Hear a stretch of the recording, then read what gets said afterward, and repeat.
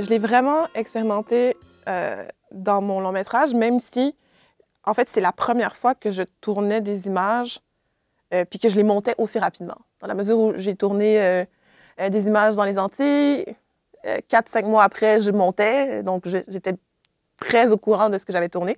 La même chose pour le studio. 2 semaines après, j'étais en montage.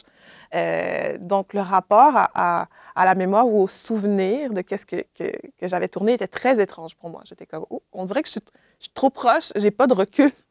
J'ai pas de recul. Je peux pas reconstruire la réalité ou je peux pas me faire des souvenirs par rapport à ce que j'ai filmé parce que c'est trop proche.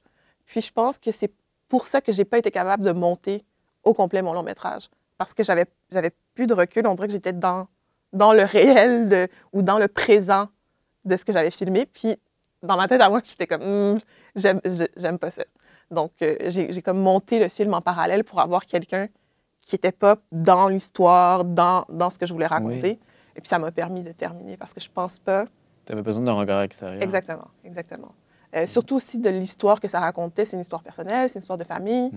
Je voulais m'assurer de, comme je refusais d'une certaine façon la réalité de ce qui était arrivé.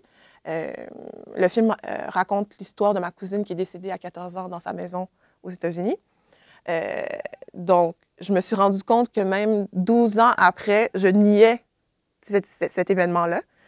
Donc, ça m'a donné un petit coup. J'étais comme, ah mon Dieu, je pensais que j'avais réglé tout ça, mais alors que pas du tout. Donc, je faisais de l'évitement dans mon montage. Donc, c'était un film complètement expérimental. La première version, on comprenait rien on comprenait rien de l'histoire parce que j'arrivais pas nécessairement à la raconter.